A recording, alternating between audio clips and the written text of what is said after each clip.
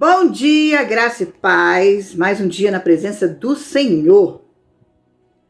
Minha mãe assiste meus vídeos e ela tem uma facilidade com o trabalho manual que é incrível e cada coisa é maravilhosa. Qualquer dia desse eu faço um vídeo mostrando as coisas que ela faz. São lindas. Mas eu acho que eu vou pedir para ela me dar algumas ideias do que fazer com essas portas atrás de mim. Acho que vai ficar um ambiente bem legal com a ideia dela, com certeza, porque eu não sei fazer absolutamente nada. Literalmente lá em casa, comigo, é aquele versículo que diz: em casa de ferreiro, espeto é de pau, porque eu não sei fazer nada, só escrever. Mas a minha mãe tem mãos de fada, ela sabe fazer um monte de coisa, trabalhos manuais maravilhosos. Mas vamos lá. Hoje é o nosso segundo dia sobre a série A Importância da Oração em Nossas Vidas. Eu deixei para hoje três itens, né? Que para mim eles se completam. O primeiro deles é para glorificar a Deus. Nós oramos para glorificar a Deus. E eu pensei uma coisa muito importante. Olha só. Vou compartilhar com vocês um texto que está em João 14, dos versículos 12 a 14. Diz assim a palavra do Senhor: digo-lhes a verdade, aquele que crê em mim fará também as obras que tenho realizado. Fará coisas ainda maiores do que estas, porque eu estou indo para o Pai. E eu farei o que vocês pedirem em meu nome, para que o Pai seja glorificado no Filho. O que vocês pedirem em meu nome, eu farei. E eu achei muito interessante pelo seguinte: essa oração aqui não é aquela oração que você vai pedir alguma coisa para Deus. É aquela oração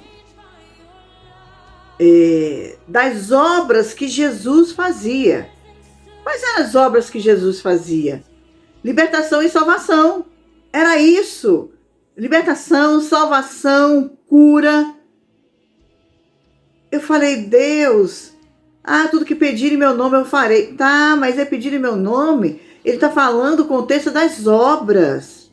É para a gente estar exatamente intercedendo pelas pessoas, pela cura, pela salvação, pela libertação. Quantos milagres Jesus fez? Jesus fez tantos milagres, que a Bíblia mesmo fala que seria impossível todos eles estarem no mesmo livro. Então, se nós pedirmos, crendo que Jesus vai fazer em nome dele, ele fará, mas fará por quê? Para que o Pai seja glorificado nele. Tudo tem um propósito, e isso também tem, porque ainda a palavra de Deus é viva e eficaz, então ela é imutável, ela permanece para sempre. E eu fiquei assim, extasiada, porque muitas vezes a gente usa essa palavra para colocar os nossos pedidos pessoais, mas não, aqui está falando de ministério. Qual o seu ministério? Qual os planos, os propósitos que Deus tem para a sua vida? Vá atrás deles. Cumpra o seu ministério.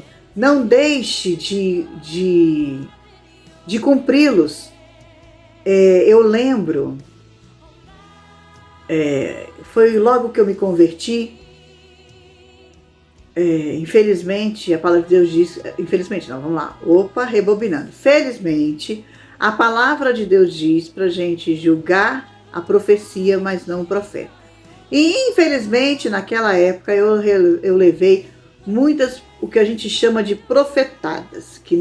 O que são profetadas? Profecias que não procedem de Deus, porque elas nunca aconteceram, e muitas aconteceram ao contrário. Mas teve uma que ela ardeu forte ao meu coração. Eu sabia que aquilo ali era Deus falando comigo. E se naquela época alguém falasse que um dia eu estaria em frente a uma câmera de um celular, que nem celular existia, gravando vídeos para falar sobre a palavra de Deus, eu ia rir. Se a pessoa falasse que eu estaria escrevendo livros para pessoas do mundo, para poder mostrar a elas o Deus maravilhoso que nós temos, eu também ia rir, porque eram coisas que nem passavam na minha cabeça.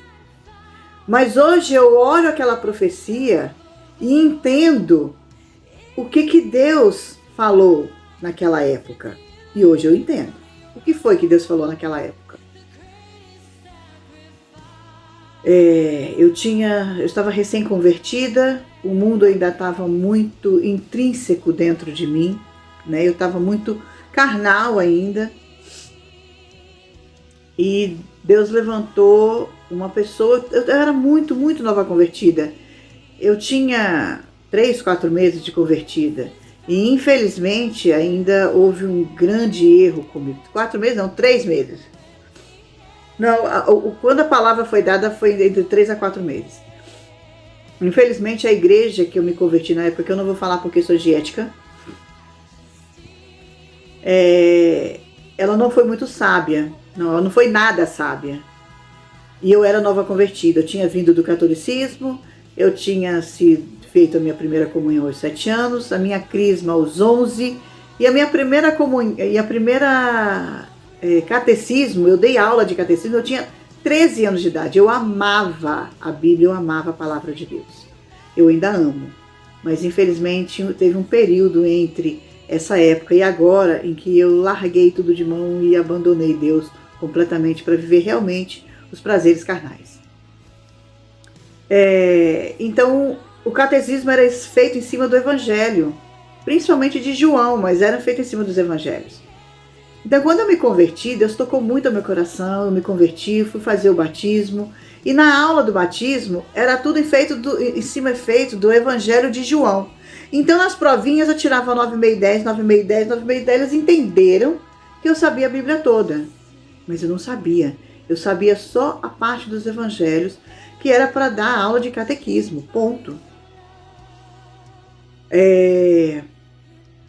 E aí eles acharam que era muita, né? Eu sabia muito, e me deram vários cargos na igreja, inclusive de conselheiros novos convertidos. Aí eu te pergunto, como que eu, com 2 meses de convertida, poderia aconselhar alguém se eu nem estava firme ainda? Eu era um bebê. Espiritualmente eu tomava leite, como diz a palavra. E infelizmente a queda foi fatal. Foi nessa queda que veio a minha filha. Ela é uma bênção porque a Bíblia fala, a palavra do Senhor fala que os filhos são herança do Senhor. Ela é bênção, mas a situação que eu passei foi muito difícil. E numa dessas situações, o pecado tinha acontecido e a gente tinha decidido, eu e meu namorado na época, que a gente não ia falar nada na igreja, né? A gente pediu perdão a Deus, falou que não ia cometer mais nada, mas que a gente não ia falar nada para ninguém. A gente já tinha confessado a Deus e ponto. E aí, um pastor foi pregar na nossa igreja e ele não pôde pregar porque ele estava, como é que fala? Ele tinha feito uma cirurgia, então ele não podia, ele estava recém-operado, então ele não podia falar, ficar muito tempo em pé. Mas ele quis fazer uma oração.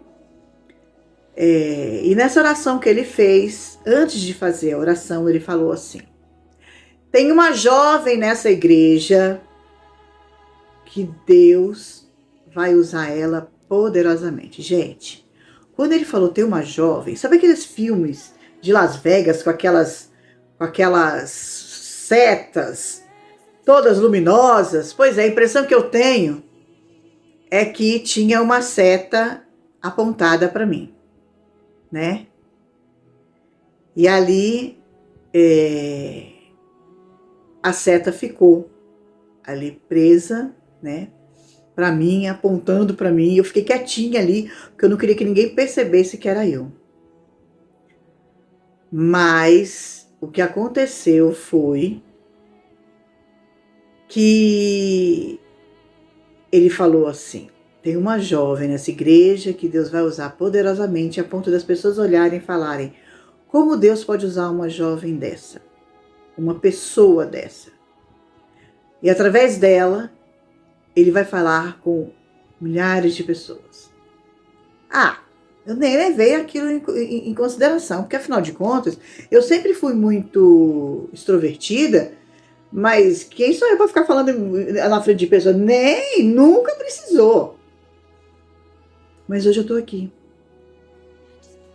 Porque uma vez eu acreditei no que Deus falou, e tudo que eu faço é para glorificar o nome dele. Então, lembre-se que a nossa oração é para glorificar o nome do Senhor. Eu achei que eu ia falar hoje dois nichos, né? Mas eu achei muito importante comentar sobre isso. E eu vou ler só outro versículo que é para louvar ao Senhor. E esse louvar ao Senhor está no Salmo 134. Ele fala assim na palavra do Senhor: venham, bendigam ao Senhor todos vocês, servos do Senhor. Vocês que servem de noite na casa do Senhor, levantem as mãos na direção do santuário e bendigam ao Senhor. De Sião, os abençoe o Senhor, que fez os céus e a terra. Essa oração é uma oração apenas de louvor ao Senhor, de louvor por Ele ser quem é, não só pelas maravilhas, mas por ser o Deus maravilhoso que Ele é.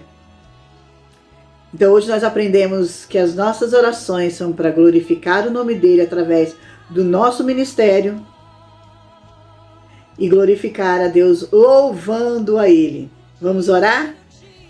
Aleluia, Senhor! Louvado seja o Teu nome.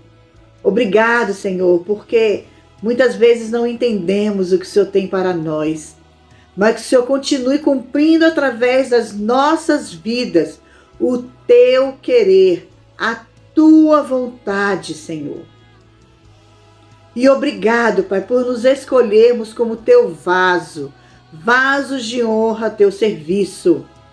Obrigado, Senhor, por ser quem Tu és. Louvamos o Teu nome.